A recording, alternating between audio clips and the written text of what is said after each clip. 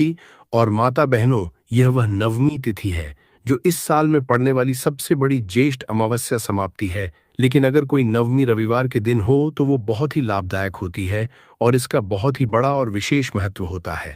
अगर कभी भी मौका लग जाए और वैशाख माह की रविवार के दिन ज्येष्ठ अमावस्या समाप्ति पड़ जाए तो आप लोगों को माचिस की डब्बी वाला उपाय तो अवश्य ही करना चाहिए। इन दोनों का संयोग बहुत ही कम आता है। इसी के साथ इस दिन आपको एक माचिस की डब्बी वाला उपाय तो आपको अवश्य ही करना चाहिए, क्योंकि ऐसा दिन पूरे साल में सिर्फ एक ही बार आता है। तो माता बहनों, वैशाख माह की सबसे बड़ी रविवार ज्येष्ठ अमावस्या समाप्ति को आप लोग इस माचिस की डब्बी वाला उपाय को जरूर करें। बहुत सारे लोग होंगे जिन्होंने माचिस की डब्बी वाला उपाय को न किया हो, पर माता बहनों, आपके पास एक आखिरी मौका बचा हुआ है जो कि 17 मई 2026 वैशाख माह की ज्येष्ठ अमावस्या समाप्ति के दिन है। तो इस वाले उपाय को जरूर कर लेना ताकि आप लोगों के हाथ से ये मौका न जा सके और आपको इस उपाय का फल मिल सके। माता बहनों, ये उपाय आज हम आपको बहुत अच्छे से समझाने वाले हैं। इस वीडियो को देखने के बाद इस उपाय को समझने के लिए आपको कोई और वीडियो को देखने की जरूरत नहीं पड़ेगी। तो चलिए उपाय को शुरू करते हैं। देखिए, यह वैशाख माह के षष्ठी के दिन ये इतना खास होता है, इतना महत्वपूर्ण होता है। देखा गया है कभी कभी बड़े बड़े पूजा पाठ अनुष्ठान से जो मनोकामना पूर्ण नहीं होते, वह इस वैशाख माह की रविवार ज्येष्ठ अमावस्या समाप्ति के दिन एक छोटे से उपाय करने से ही आपकी मनोकामना पूर्ण हो जाती है। और बहुत सारे लोगों ने इस उपाय को किया भी है और उनको इस उपाय को करने का फल भी जरूर मिला है। अगर आप लोग भी इस उपाय को करना चाहते हैं तो आप इस उपाय को पहले अच्छे से समझ लेना, सुन लेना, उसके बाद करना। आपको इस उपाय का फल जरूर मिलेगा। और इस उपाय को कर लेने से आपके घर में चाहे किसी भी प्रकार की दुख और समस्या क्यों न चल रही हो, आपको उसका कारण भी नहीं पता है कि भाई यह समस्या किस कारण से चल रही है। उसका कुछ भी कारण हो सकता है, जैसे पितृदोष हो सकता है या किसी भी तरह का मंगल दोष भी हो सकता है। तो इस दिन आप लोगों को यह वाला उपाय कर लेना है। ये एक ऐसा उपाय है जिस उपाय को अगर किसी विशेष दिन पर किया जाए तो भाई उस विशेष दिन का जो है वह तो हमें मिलता ही मिलता है। पर हमने उस दिन पर इस उपाय को किया है तो हमें उससे भी बड़ा फल मिलता है, और फल बहुत जल्दी मिलता है, क्योंकि आप इस उपाय को बहुत ही बड़े और विशेष दिन पर कर रहे हैं। तो चलिए अब उपाय के बारे में बात करते हैं। लेकिन उससे पहले आप लोगों ये जानना आवश्यक है कि आखिर यह उपाय किस समय करना है, किस किस को करना है और कैसे करना है। तो चलिए हम आगे आपको वीडियो में एक एक करके बता देते हैं। लेकिन उससे पहले अगर आप लोग मेरी आवाज़ आज पहली बार सुन रहे हैं तो इस वीडियो को लाइक करके कमेंट बॉक्स में श्री शिवाय नमस्तुभ्यम ओम नमः शिवाय जरूर टाइप कर देना। तो माता बहनों, इस माचिस की डब्बी वाला उपाय को हमें इस वैशाख माह की रविवार ज्येष्ठ अमावस्या समाप्ति के दिन कैसे करना है, किसको करना है, किस समय करना है और कहाँ पर करना है, ये सारे सवालों के जवाब आपको इस वीडियो में मिल जाएंगे। और जो ये वीडियो देखेगा भाई, उसको माचिस की डब्बी वाला उपाय जरूर करना चाहिए। तो दोस्तों, इस माचिस की डब्बी वाला उपाय को आखिर करना किसको है, सबसे पहले हम लोग वो बात जान लेते हैं। तो देखो, घर की जो बड़ी माताएं बहनें होती हैं, उन माताओं बहनों में से कोई भी एक बड़ी माता बहन इस वाले उपाय को कर सकती हैं। और अगर आप चाहे तो अपने घर में से सभी सदस्यों को भी इस उपाय को करवा सकते हैं। अगर किसी व्यक्ति की खुद की कोई मनोकामना है, खुद की कोई दुख और परेशानी है जो कि वह अपने लिए ही करना चाहता है इस वाले उपाय को, तो वह खुद अपने लिए भी कर सकता है। कहने का मतलब यह है कि इस उपाय को हर एक सदस्य भी कर सकता है और पूरे घर परिवार के सदस्य के लिए घर की बड़ी माताओं बहनों में से कोई एक माता बहन भी कर सकती है। उसके बाद में दोस्तों, और जो अगला प्रश्न निकल कर आता है वही आता है इस उपाय को लेकर के, आखिर इस उपाय को हमें किस समय करना है, सुबह के समय करना है कि शाम के समय करना है। तो देखो, इस वाले उपाय को आप लोग सुबह के समय भी कर सकते हो और शाम के समय प्रदोष काल में भी कर सकते हो।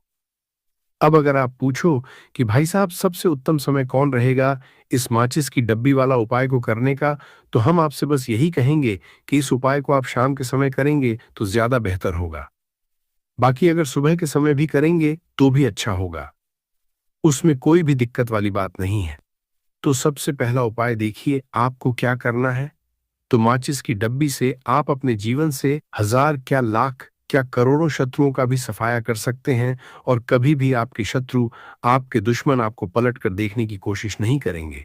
अगर आपने माचिस की डब्बी से छोटा सा उपाय कर लिया, तो जो लोग अपने जीवन में शत्रुओं से, दुश्मनों से बहुत परेशान हो चुके हैं, या जिन लोगों के ऊपर शत्रु बहुत कुछ किया कराया करवा रहे हैं, तो ऐसा समझ लीजिए कि जो भी आपको हानि पहुंचाना चाहते हैं या किसी भी तरह से आपको परेशान कर रहे हैं, कोई भी दुख, कोई कष्ट आपको दे रहे हैं, आपकी संपत्ति पर, आपके व्यापार पर, आपके दुकान पर उनकी बुरी नजर है, कुछ हड़पने की कोशिश कर रहे हैं, तो समझ लीजिए कि माचिस की डब्बी लेकर बहुत छोटा सा उपाय आप करेंगे, और जो शत्रु आपको अपनी ताकत दिखा रहे हैं, आज आपको परेशान कर रहे हैं, उनकी शत्रुओं की सारी अकड़ निकल जाए। माचिस की डब्बी के उपाय को अगर आप सही तरीके से कर लेते हैं, तो देखिए, उपाय पूरा समझिए। सही से समझ के उपाय करेंगे तो 1% ये उपाय काम करता है, और जो भी आपके दुश्मन हैं या जो भी आपके शत्रु हैं, उनका सफाया पूरी तरह से हो जाता है। तो इस उपाय को किसी भी दिन कर सकते हैं। दूसरी चीज, स्त्री पुरुष कोई भी इस उपाय को कर सकता है। ऐसा उपाय आज की वीडियो में लाए हैं जिसमें आपके कोई पैसे खर्च नहीं होने वाले। सिर्फ आपको एक माचिस के डिब्बे से उपाय करना है। अब यह माचिस के डिब्बे ही है जो आपके जीवन से शत्रुओं का पूरी तरह सफाया कर देगा, और कभी भी दुश्मन और शत्रु आपको ना हो, फिर भी आपका बाल बांका नहीं कर सकते। मतलब कितनी भी कोशिश कर ले, लेकिन फिर भी आपका कुछ नहीं बिगाड़ पाएंगे। तो चलिए बात कर लेते हैं उपाय की। उपाय किस तरह से आपको करना है, तो देखिए, माचिस की डिब्बी में ये चीज रख देना। शत्रु खत्म, उसका जादू भी खत्म। आपके 1000 शत्रु हो, लाख शत्रु हो, या करोड़ शत्रु क्यों ना हो, सिर्फ माचिस की डिब्बी में एक छोटी सी चीज आपको रखनी है, और जीवन से हमेशा के लिए शत्रु की छुट्टी हो जाएगी। मतलब चाहे आपके गुप्त शत्रु हो या फिर वह शत्रु जिन्हें आप जानते हैं, ऐसे दुश्मन जिन्होंने आपको बहुत परेशान कर रखा है। तो ऐसा समझ लीजिए, अब माचिस की डब्बी आपके जीवन से शत्रुओं को दूर कर देगी। ऐसा अचूक और ऐसा उत्तम उपाय हम आपके लिए लेकर आए हैं कि इस उपाय को करते ही आपके शत्रुओं की बंड बच जाएगी। शत्रु की सारी ताकत खत्म हो जाएगी। शत्रु को अंदर में आपकी सारी ताकत खत्म हो जाएगी। कुछ करने के लायक नहीं बचेंगे। आज जो आपको अपनी ताकत दिखा रहे हैं, आपसे दुश्मनी निकाल रहे हैं, बिना गलती के भी अगर आपके साथ बुरा कर रहे हैं, ऐसा समझ लीजिए आज से उनकी उल्टी गिनती शुरू हो जाएगी। जब से आप इस उपाय को कर लेंगे, शत्रु मुक्ति का इतना अचूक उपाय आपके लिए लेकर आए हैं कि इस उपाय को करने से शत्रु को खिलेगी। आप पूरी तरह परास्त भी हो जाएंगे और कभी जीवन में लौट कर नहीं आएंगे। मतलब गलती नहीं करेंगे। आपको परेशान करने की, आपको कष्ट देने की, आपके ऊपर किया कराया करवाने की। और अगर उन्होंने कुछ करवा रखा होगा, जैसे बहुत सारे जो लोग होते हैं, जो शत्रु होते हैं, वो तांत्रिकों के पास, बहुत सारे लोगों के पास जाकर कुछ इस तरह का किया कराया करवा देते हैं कि व्यक्ति को हर तरफ से बर्बाद कर देते हैं। लेकिन आप विश्वास मानिए, जो उपाय सवालों के पास बर्बाद देते हैं, व्यक्ति के जीवन में अद्भुत सकारात्मक परिवर्तन लाने की शक्ति रखता है। सबसे पहले अपने मुख्य द्वार की अच्छी तरह सफाई करें। यदि संभव हो तो पानी में थोड़ा गंगाजल मिलाकर मुख्य द्वार पर छिड़काव करें, क्योंकि जहां स्वच्छता और पवित्रता होती है, वहीं माता लक्ष्मी का आगमन होता है। भक्तों, ध्यान रखें कि मुख्य द्वार केवल घर का प्रवेश द्वार नहीं होता, बल्कि यही वह स्थान होता है जहां से शुभ और अशुभ ऊर्जा घर में प्रवेश करती है। इसलिए इस स्थान की पवित्रता अत्यंत आवश्यक मानी गई है। इसके बाद मुख्य द्वार पर हल्दी या कुमकुम से छोटा सा स्वस्तिक चिन्ह बनाएं। मान्यता है कि स्वस्तिक शुभता, समृद्धि और सकारात्मक ऊर्जा का प्रतीक होता है। इससे घर में शुभ शक्तियों का प्रवेश होता है और नकारात्मक ऊर्जा दूर होने लगती है। यदि संभव हो तो स्वस्तिक के दोनों ओर छोटे छोटे दीपक भी रख सकते हैं। इससे वातावरण और अधिक दिव्य बन जाता है। अब एक मिट्टी का दीपक लें, उसमें शुद्ध सरसों का तेल या गाय का घी डालें। फिर उसमें एक चुटकी हल्दी पाउडर और एक साबुत लौंग का दाना डाल दें। भक्तों, ध्यान रखें कि दीपक में डाली गई हल्दी और लौंग श्रद्धा और शुद्ध भाव से डाले जाएं।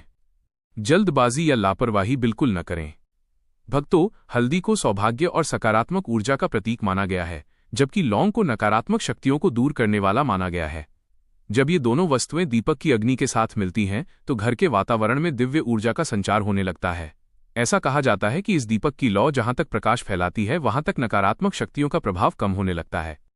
अब दीपक में रुई की बत्ती लगाकर उसे अपने मुख्य द्वार पर प्रज्वलित करें। दीपक जलाते समय आपको ओम नमो भगवते वासुदेवाय मंत्र का 11 बार जाप करना है। मंत्र जाप करते समय आपका ध्यान दीपक की लौ पर होना चाहिए। भक्तों, दीपक की लौ को ध्यानपूर्वक देखने से मन शांत होता है और भीतर की नकारात्मकता धीरे धीरे समाप्त होने लगती है। भक्तों, इस मंत्र को भगवान विष्णु का अत्यंत प्रभावशाली मंत्र माना गया है। कहा जाता है कि जहां ये मंत्र गूंजता है वहां नकारात्मक शक्तियां टिक नहीं पाती। घर का वातावरण शांत और पवित्र बनने लगता है। दीपक जलाने के बाद कुछ क्षण वहीं खड़े होकर भगवान विष्णु और माता लक्ष्मी से प्रार्थना करें, हे प्रभु, हमारे घर की दरिद्रता को दूर करें, हमारे परिवार को रोग, दुख और संकटों से बचाएं, हमारे जीवन में सुख, शांति और समृद्धि का प्रकाश बनाए रखें। भक्तों, इस समय एक विशेष बात का ध्यान रखना है। जब तक दीपक जल रहा हो तब तक घर में क्रोध, अपशब्द, लड़ाई झगड़ा या नकारात्मक बातें बिल्कुल नहीं होनी चाहिए, क्योंकि जिस घर में अशांति होती है वहां माता लक्ष्मी अधिक समय तक नहीं ठहरती। यदि संभव हो तो इस समय घर में हल्की भक्ति, ध्वनि, मंत्र या आरती का वातावरण बनाए रखें। मान्यता है कि प्रदोष व्रत की शाम मुख्य द्वार पर हल्दी और लौंग वाला दीपक जलाने से घर की बुरी शक्तियां दूर होती हैं, पितृदोष शांत होने लगता है और धन प्राप्ति के मार्ग खुलने लगते हैं। भक्तों, इस उपाय के दौरान एक और महत्वपूर्ण सावधानी का ध्यान रखना है। दीपक जलाने के बाद बार बार पीछे मुड़कर उसे नहीं देखना चाहिए। शास्त्रों में माना गया है कि ऐसा करने से उपाय की सकारात्मक ऊर्जा कमजोर हो जाती है। इसलिए दीपक जलाकर श्रद्धा से भगवान का स्मरण करें और शांत मन से अपने कार्यों में लग जाएं। अब भक्तों, आइए जानते हैं वो अत्यंत पावन, भावपूर्ण और चमत्कारी कथा जिसे सुनने मात्र से मन श्रद्धा से भर उठता है और माता लक्ष्मी की कृपा प्राप्त होने लगती है। बहुत प्राचीन समय की बात है। एक छोटे से गांव में हरिदास नाम का एक गरीब ब्राह्मण अपनी पत्नी सावित्री और 2 छोटे बच्चों के साथ रहता था। उनका जीवन अत्यंत कठिनाइयों से भरा हुआ था। कई दिनों तक उनके घर में भोजन नहीं बनता था। बरसात के दिनों में उनकी टूटी हुई झोपड़ी से पानी टपकता रहता था। सर्दियों की रातों में बच्चे ठंड से कांपते थे और गर्मियों में भूख से व्याकुल होकर रोते रहते थे। हरिदास दिन रात मेहनत करता, पूजा पाठ करता, लेकिन फिर भी उसके घर की गरीबी समाप्त होने का नाम नहीं लेती थी। गांव के लोग उसका मजाक उड़ाते थे, लेकिन उसने कभी भगवान विष्णु और माता लक्ष्मी पर से अपना विश्वास नहीं खोया। वो प्रतिदिन मंदिर जाकर दीपक जलाता और फोल्डेड हैंड्स के साथ केवल यही प्रार्थना करता, हे प्रभु, यदि मेरे भाग्य में सुख नहीं लिखा तो कोई बात नहीं, लेकिन मेरे बच्चों को भूखा मत सुलाना। भक्तों, हरिदास की पत्नी सावित्री भी अत्यंत धर्मपरायण और पतिव्रता स्त्री थी। घर में चाहे कितना भी अभाव क्यों न हो, वो कभी शिकायत नहीं करती थी।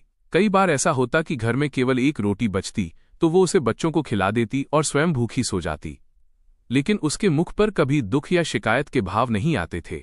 एक दिन प्रदोष व्रत की संध्या थी। आकाश में हल्का अंधेरा छा चुका था।